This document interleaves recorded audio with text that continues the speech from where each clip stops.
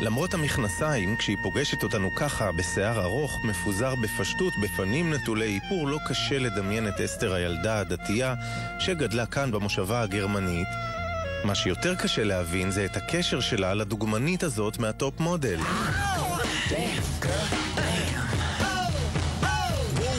אסתר פטרק למדה בגן הדתי הזה עד שבגיל 6 ההורים היגרו מכאן לבוסטון.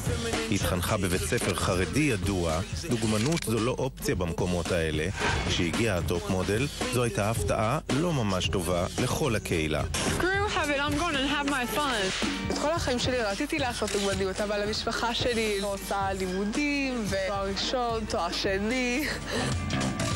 אני לא באה בעולם ככה, אני באה בעולם שונה לגמרי.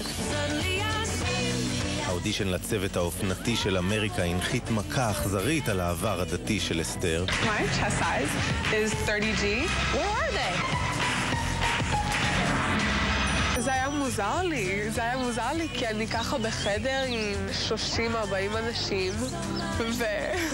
ואני רק בבגד ים שלי מדברת עם טייר בנקס. זה היה מאוד מוזר לי. She holds her G's better than my D's. צוות הבוחנים מבין יפה מאוד שבחורה יהודייה מבית טוב מתערטלת להם על המסך, זה טוב לרייטינג. טוב, את צריכה לעשות את זה. אם את רוצה לעשות את העונה הזאת, את צריכה ככה... זה לא עונה של חרדים, הם לא אמרו חרדים, אבל זה הכוונה. משפחת פטרק לא הספיקה להתאושש מהסצנה הזאת, וכבר שמעו את הבת מצהירה שכדי להיות דוגמנית היא מוכנה אפילו לחלל שבת. Do you honor the Sabbath?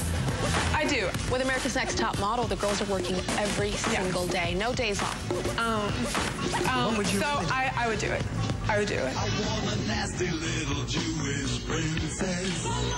בעברית קצת שבורה, אסתר מנסה להבין ולהסביר איך דבריה בתוכנית הוצאו מהקשרם, אבל זה הרי לא משנה. ביום שאחרי השידור היא גילתה שאנשים שהיו חברי ילדות כבר לא חברים יותר. זה רק מוזר לי שהם אהבו מי אני לפני זה, ואחרי זה יש שינוי כי עשיתי את זה טוב, אז הם כועסים עליי, זה לא סוף העולם, כאילו אני לא בת 3.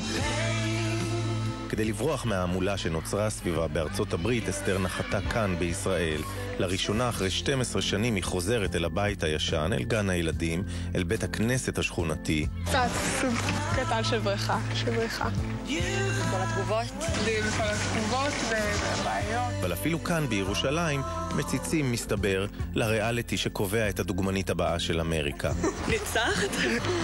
לא. היום הראשון שאני יכולה להגיד את זה.